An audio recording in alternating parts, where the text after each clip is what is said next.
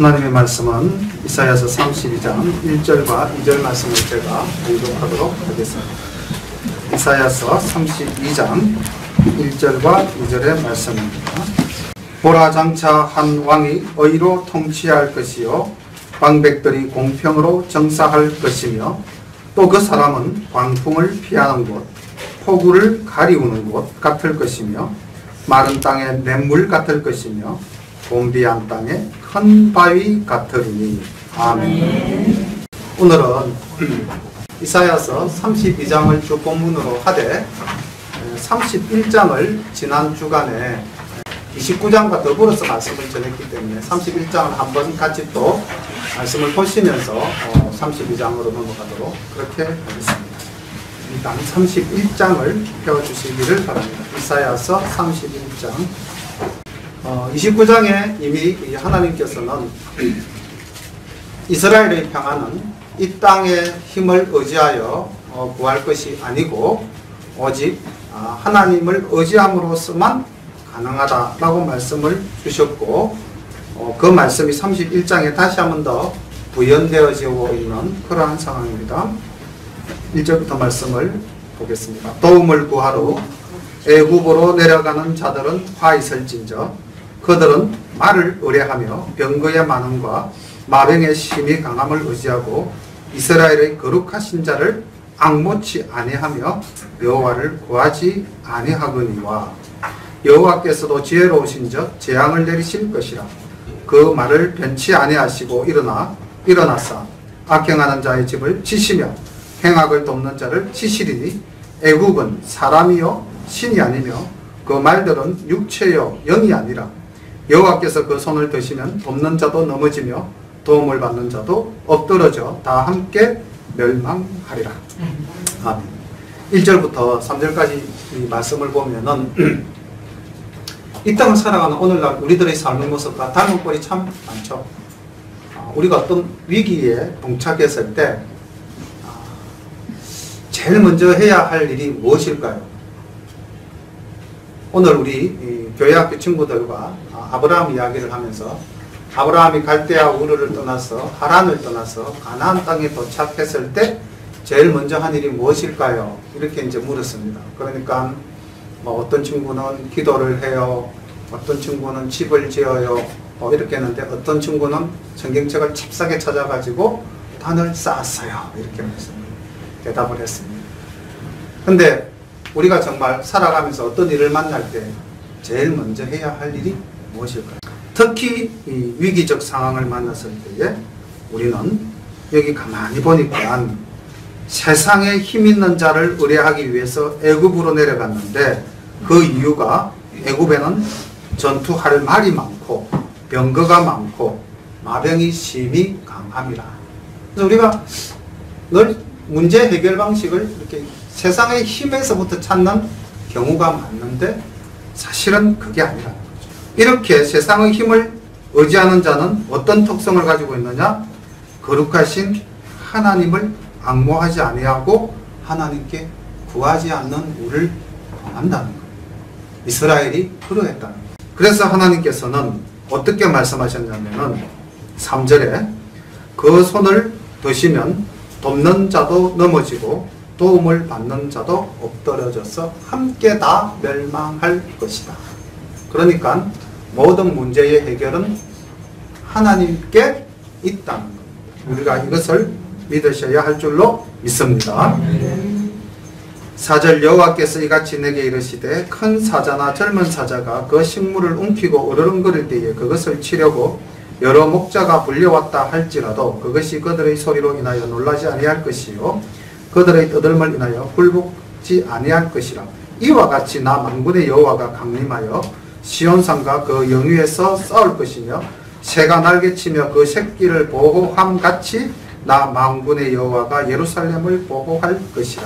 그것을 호위하며 건지며 넘어와서 구원하리라 하셨나니. 아멘.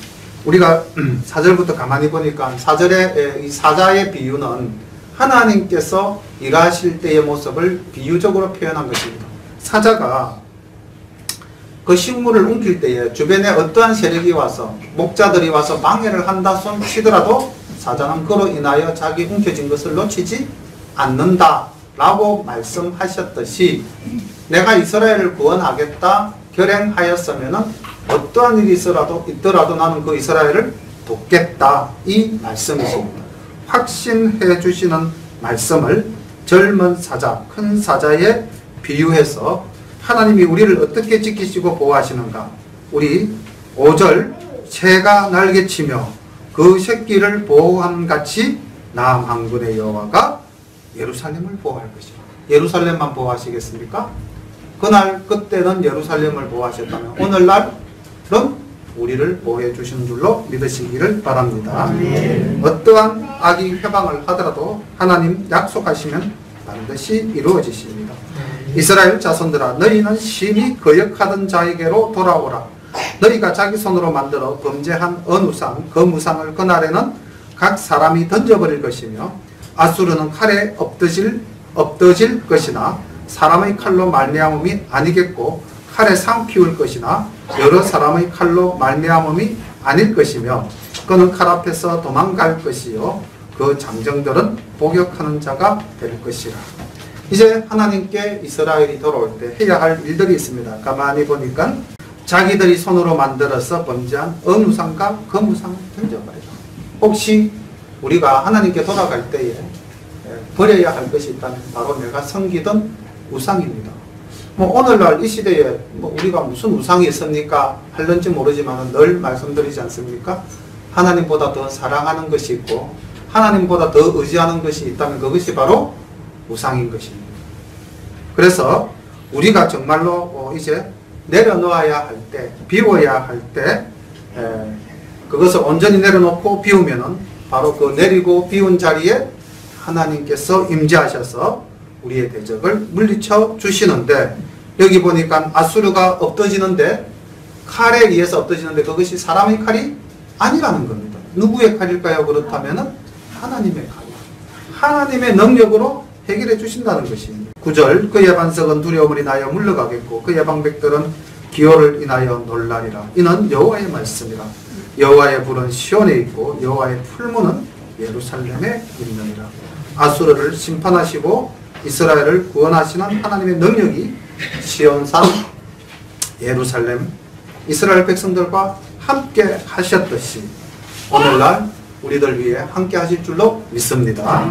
31장은 이렇게 해서 그 당대 이스라엘이 이 아수르의 침략을 막기 위해서 애굽의 도움을 청한 것이 옳지 못하고 어렵지 못하고 온전한 방법이 아니라는 것을 이사야 선지자를 통해서 말씀하셨는데 이 말씀은 오늘날 우리가 이 땅을 살아가면서 우리의 문제를 해결하기 위한 가장 올바른 것이 무엇인가를 깨우쳐 주시는 귀한 말씀이신 줄로 믿습니다. 이제 32장은 이렇게 이사야가 선언한 후에 새롭게 이루어질 나라에 대해서 이야기를 하고 있습니다. 굉장히 희망에 찬 나라, 하나님의 역사가 이루어지는 나라, 그 나라에 대한 이야기입니다. 보겠습니다. 1절 보라 장차 한 왕이 의로 통치할 것이요 방백들이 공평으로 정사할 것이며 또 그 사람은 광풍을 피하는 곳 폭우를 가려오는 곳 같을 것이며 마른 땅에 냇물 같을 것이며 곤비한 땅에 큰 바위 그늘 같으리니 보는 자의 눈이 감기지 아니할 것이요 듣는 자의 귀가 기울어질 것이며 조급한 자의 마음이 지식을 깨닫고 어눌한 자의 혀가 민첩하여 말을 분명히 할 것이라. 아멘. 자, 이 예언은 어느 시점을 나타낸 것인가? 두 가지로 해석을 합니다. 일단 아수르의 침략을 물리치고 난 이후 이스라엘 땅에 이루어질 평화의 나라, 그리고 그 이스라엘을 다스리는 한 왕. 그렇다면은 이제 아하스 시대를 지나서 종교 개혁을 통하여 하나님께 모든 것을 의지한 히스기야 왕으로 이 한 왕을 해석하는 분들도 많습니다. 그런데 한번 생각해 보십시오. 히스기야 왕이 온전합니까? 온전하지 못합니까? 우리가 성경 말씀을 통해서 알고 있는 내용을 본다면은 히스기야는 신상을 파괴하고 종교개혁을 통해서 하나님께로 돌아가고자 했지만은 결국 귀가 얇아서 그 친애굽파의 말을 들어서 애굽의 사진을 보내서 평화조약을 맺지 않습니까? 애굽의 군대를 청경하지 않습니까? 그렇다면 히스기야는 완전한 한 왕으로 볼 수가 없다는 것입니다. 또 히스기야는 하나님의 은혜로 그 수명이 연장되고 또 아수르를 물리치는 그런 놀라운 역사를 보았음에도 불구하고 나중에 또 어떤 범죄를 저지르죠? 그가 병이 다 나았을 때 그가 바벨론에서 온 사신에게 교만하게 자기 모든 것을 다 내보이고 심지어는 하나님의 전까지 그러한 죄를 범했다는 거죠. 고로 이 땅의 한 왕은 아무리 그가 의로 통치한다 하더라도 한계가 있다는 것이에요. 우리가 민주사회에 살다 보니까 대통령이 이렇게 이제 우리의 선출에 의해서 새롭게 뽑혀지지만 그 우리가 뽑은 대통령이 과연 모든 것을 의로 다스릴 수 있는 그런 안전한 대통령이라고 생각할 수 있을까요? 절대 그렇지 않을 겁니다. 지금은 정말 굳은 심지를 가지고 국민을 바라보고 가지만은 언젠가 그 마음에 잘못된 교만이 들어가면 그때부터 걷잡을 수 없이 추락할 수 있는 것들이 인간이거든요. 아무리 뛰어난 사람이라 할지라도 그가 정말 평생을 온전하게 산다 할지라도 한번 잘못되면 끝없이 추락하는 것이 인간입니다. 그러므로 여기 32장 보라 장차 한 왕이 의로 통치할 것이요 한 이 왕은 이 땅의 왕이 아니라 우리를 영원히 다스리실 메시아 예수 그리스도이심을 우리는 고백할 수밖에 없습니다. 그리고 방백들이 공평으로 정사한다 할지라도 이 땅의 정치자, 이 땅의 관리자들은 결코 공평으로 정치를 돌보는 사람이 될 수가 없습니다. 오직 우리 주 예수 그리스도 하나님이 다스리는 그 나라만이 의와 공평으로 다스려지는 나라가 될 줄로 믿습니다. 그래서 우리 주님은 어떤 분이신가? 밑줄 한번 그어보실까요? 광풍을 피하는 곳, 폭우를 가리우는 곳. 자, 광풍과 폭우는 뭘 의미하겠습니까? 비유와 상징으로 본다면 우리가 이 땅을 살아가면서 만나는 수많은 환난과 고난이 되겠죠. 그때 우리 누구에게 피한다? 우리 주님께 피해야 할 것입니다. 인간은 의지할 수는 없는 것이죠. 또 마른 땅에 냇물 같을 것, 곤비한 땅에 큰 바위 그늘 같은 것. 자, 마른 땅, 곤비한 땅. 아까 우리 집사님 기도하실 때에 사막에서 우리가 물의 소중함을 알듯이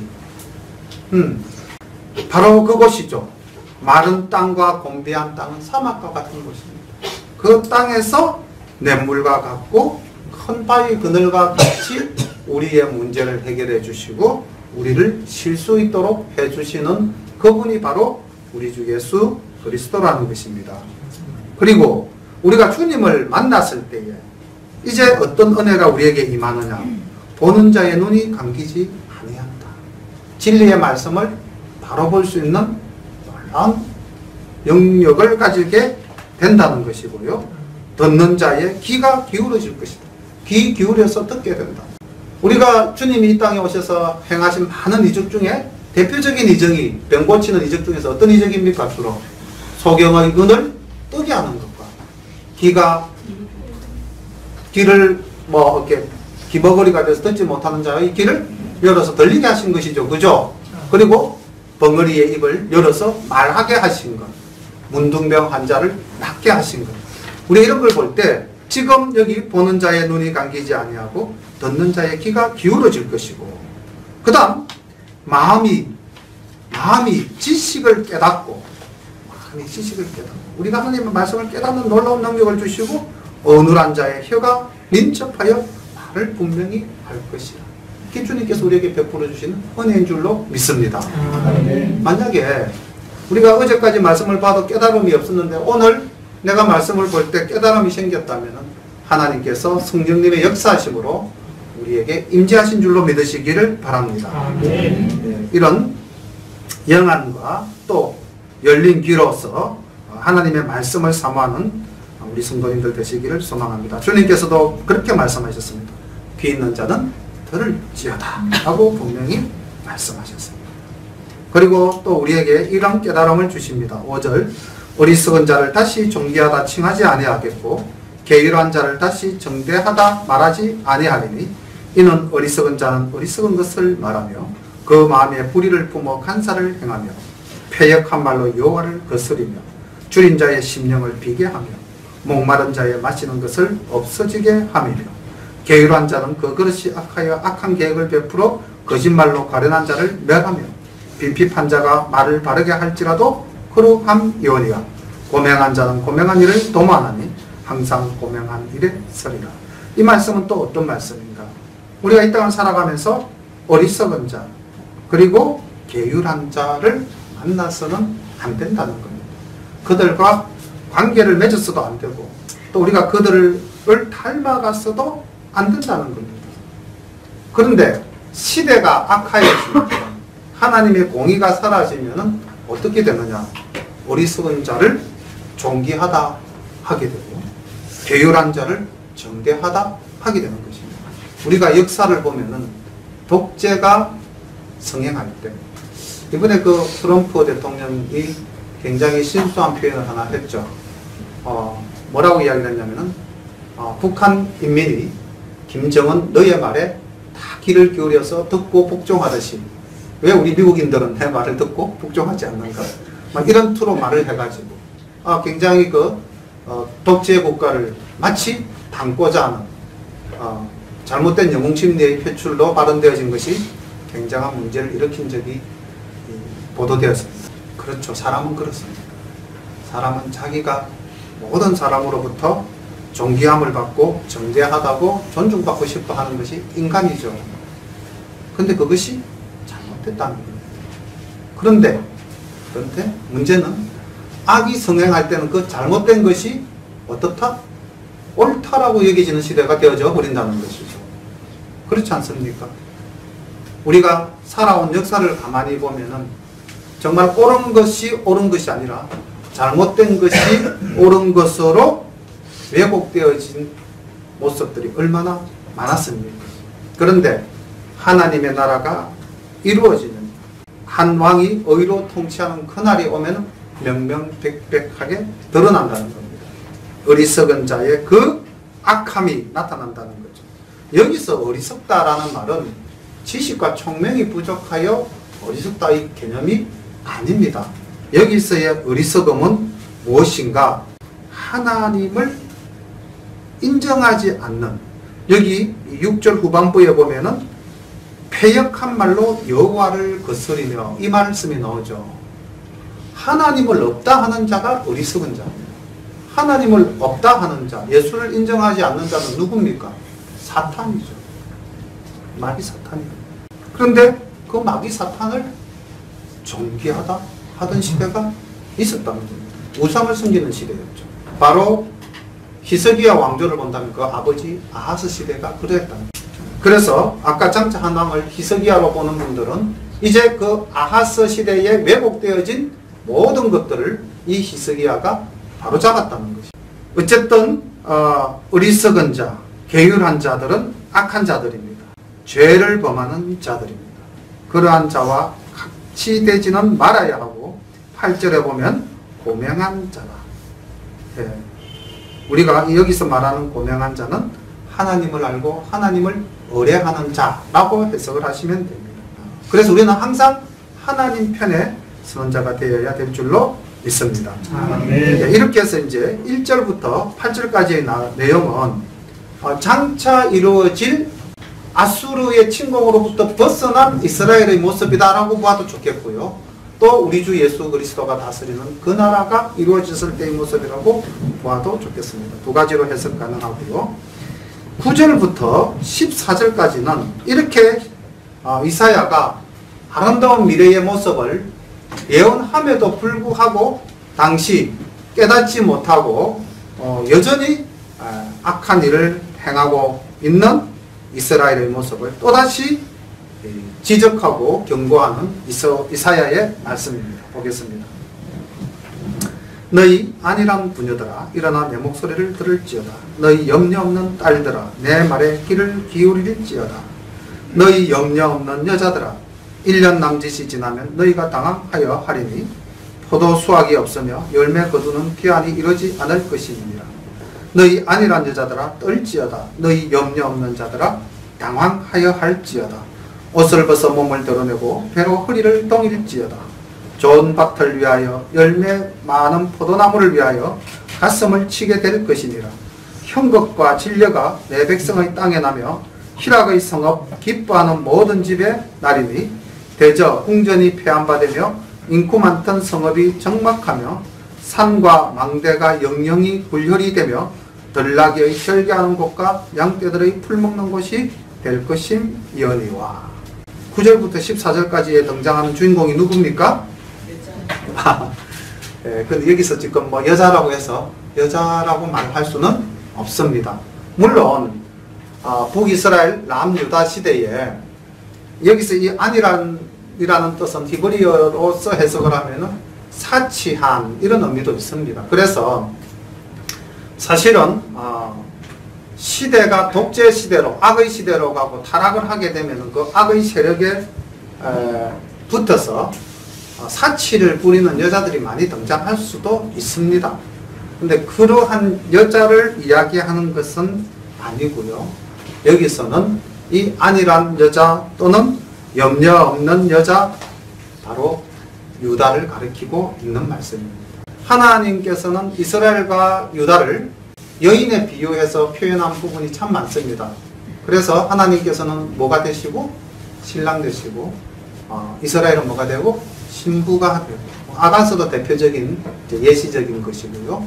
그 다음에 에스겔서에 보면은 하나님께서 그 핏덩이 여자아이를 하나 내가 주어가지고 잘 키워서 아름답게 하였더니 네가 고운 옷을 입고 사치하며 지나가는 수많은 사람들과 더불어 행음하더라 하면서 그 이스라엘의 타락상을 마치 간음하는 여인에 빗대어서 표현해둔 부분이 있습니다. 이렇게 볼 때 여기서 지금 이야기되어지고 있는 안일한 부녀, 염려 없는 딸들은 바로 여전히 하나님께서 돌아오라고 선지자를 통해서 예언하고 또 조금 전에 보여주셨듯이 앞으로 이루어질 아름다운 하나님의 나라에 대한 소망을 주셨음에도 불구하고 여전히 죄 가운데 있는 그들을 지칭하고 있는 것입니다. 어떻게 보면 오늘날 우리도 그렇지 않습니까? 우리도 분명히 하나님께서 소망을 다 보여주셨잖아요.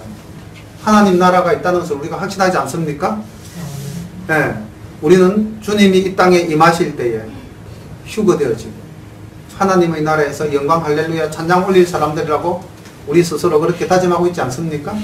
그런 확신 가지고 있잖아요. 자, 우리가 그런데 그런 우리가 여기에 등장하는 이런 안일한 여자들처럼 살고 있다는 겁니다. 여전히 우리의 잘못된 것을 돌이키지 못하고 여전히 죄 가운데 빠져서 오늘을 살아가고 있는 이 모습들이라는 것이죠.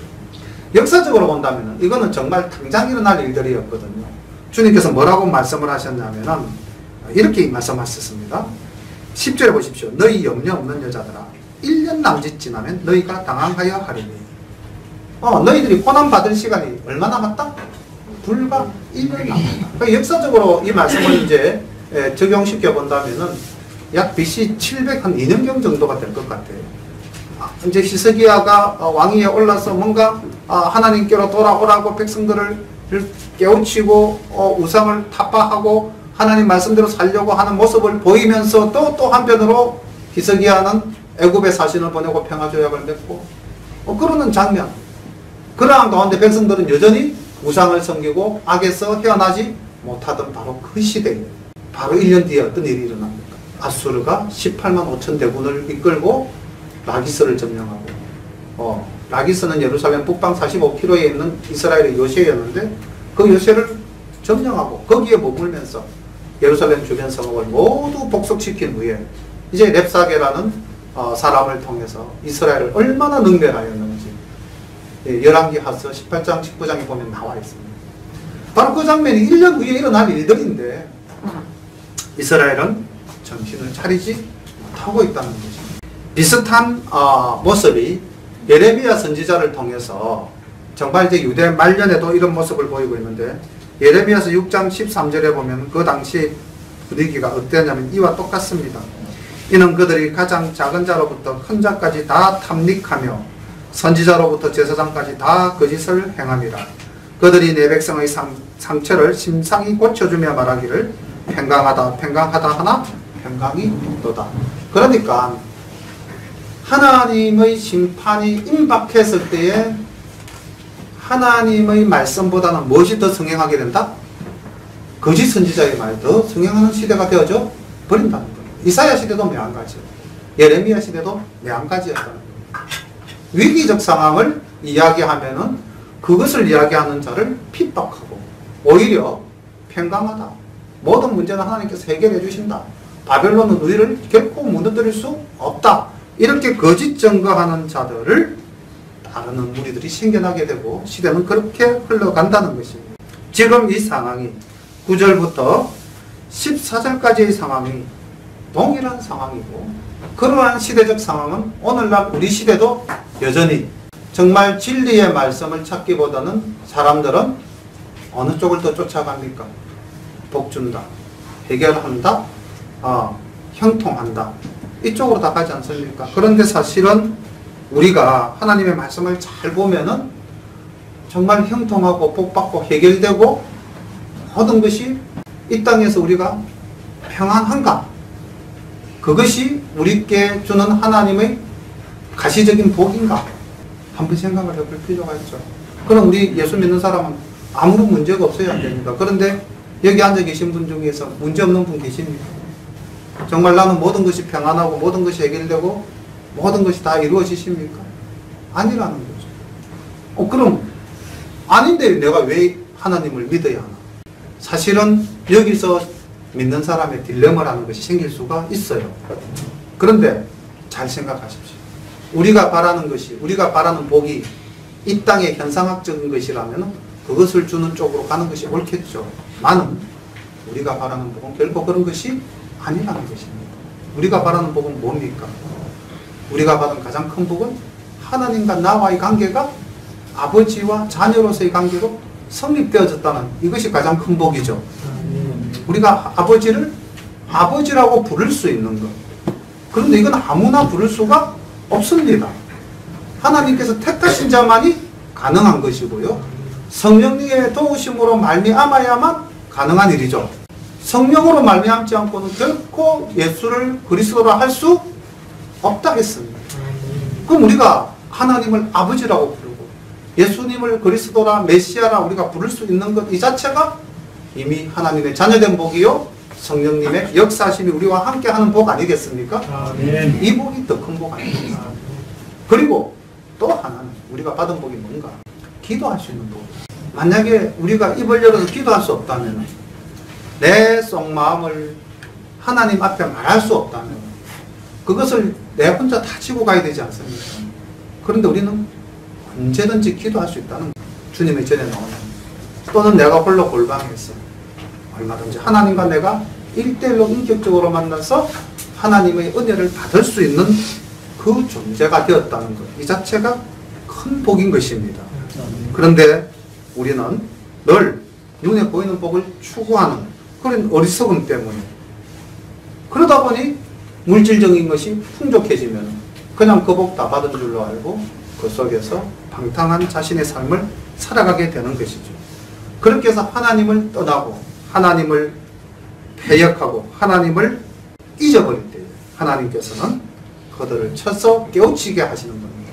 내게로 그리고 돌아오는 자에게 다시 베푸시는 하나님의 은혜가 15절부터 20절까지 다시 보면 이 성경 말씀은 1절과 8절 그리고 9절과 14절 15절에서 20절 크게 세 부분으로 나눌 수 있는데 1절과 8절 15절과 20절은 동일한 말씀입니다. 한 번 더 반복하십니다. 이루어지는 하나님의 나라 보겠습니다. 필경은 마침내 위에서부터 성신을 우리에게 부어주시리니 광야가 아름다운 밭이 되며 아름다운 밭을 살림으로 여기게 되리라. 그때의 공평이 광야에 거하며 의가 아름다운 밭에 있으리라. 의의 공효는 화평이요 의의 결과는 영원한 평안과 안전이라. 내 백성이 화평한 집과 안전한 거처와 종용이 쉬는 곳에 있으려니와 먼저 그 살림은 우박에 상하고 성읍은 파괴되리라. 모든 물가에 씨를 뿌리고 소와 나귀를 그리로 모는 너희는 복이 있느니라. 아멘. 문장이 흘러가다가 조금 애매한 구절이 하나가 보이죠. 19절에 먼저 그 살림은 우박에 상하고 성읍은 파괴되리라. 마는 그러나 이렇게 해석하십니다. 성령이 우리에게 임한다. 15절의 내용이 그거 아닙니까? 위로부터 성신을 우리에게 부어주신다. 성령님이 우리에게 임하신다. 네. 성령이 임하는 나라, 성령이 임하는 가정, 성령이 임하시는 나. 어떻게 됩니까? 일단 자연계가 완전히 회복되어집니다. 하나님과 우리와의 관계가 회복되면 자연과의 관계가 회복되어집니다. 광야가 아름다운 밭이 되고 그 아름다운 밭은 살림으로 여기게 된다. 두 번째로 보니까 그때의 공평이 광야에 가며 의가 아름다운 밭이에요. 의의 공효는 화평이요 의의 결과는 영원한 평안과 안전이요. 이 땅에 공평과 의가 충만해진다는 것이죠. 그럼 공평과 공의가 충만해지면은 우리는 어떻게 되느냐? 화평과 평안과 안전을 누리게 된다는 것입니다. 혹시 우리가 오늘을 살아가면서 내 마음이 불안하고 불편하고 안정이 되지 못했다면 내 속에 있는 악한 것들을 내려놓으시기 바랍니다.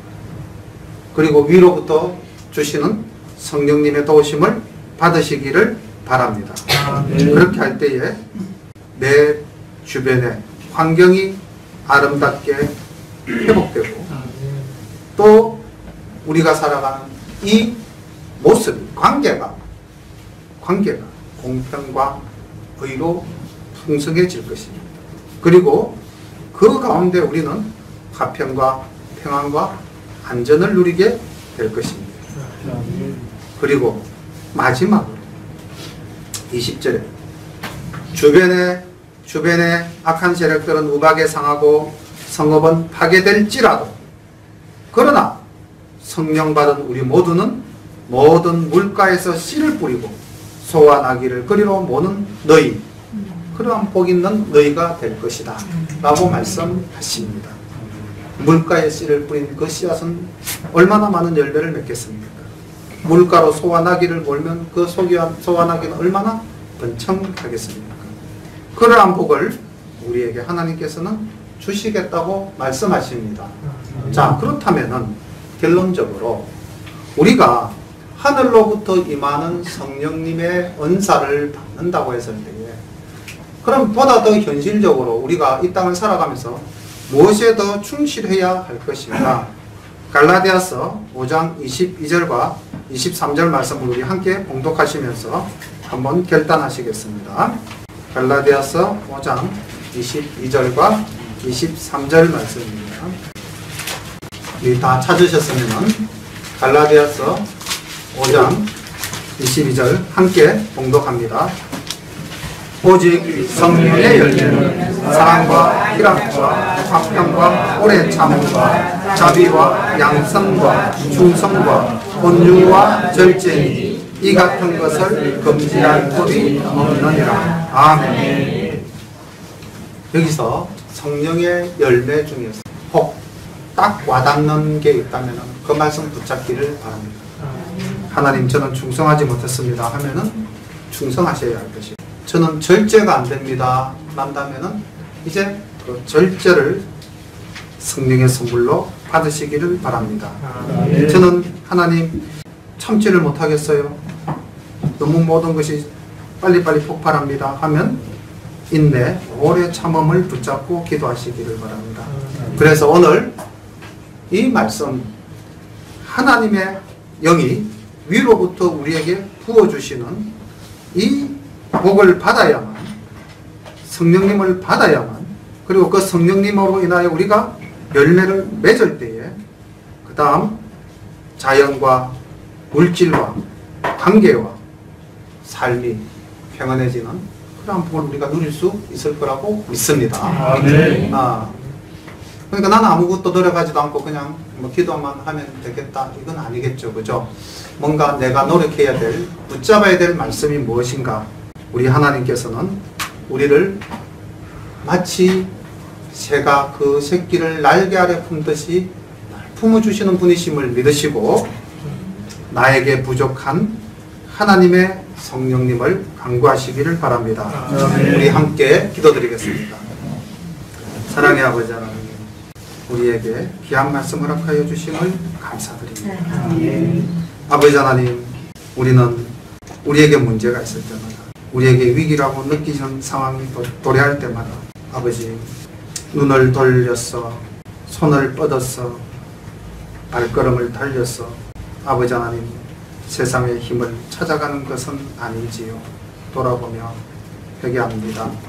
오직 아버지께 부르짖고 아버지를 찾는 저희들 되게 하옵소서. 아멘. 하나님, 우리 아버지, 이 땅에서 우리가 잘못된 가치관과 잘못된 생각과 나아가서 또 때로는 잘못된 신앙을 가지고 하나님 왜곡되게 살아가고 있는 우리들의 모습은 혹시 보이지 않으신지요?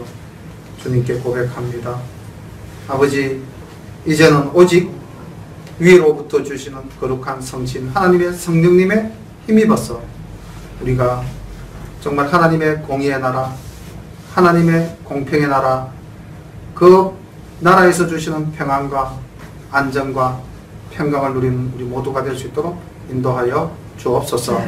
이 시간 우리 성도님들이 하나님께 함께 기도할 때에 하나님 우리의 기도에 응답하시고 우리에게 주님 성령님의 열매를 우리 가슴 속에 맺을 수 있도록 인도하여 주옵소서. 예수님의 이름으로 기도합니다. 아멘.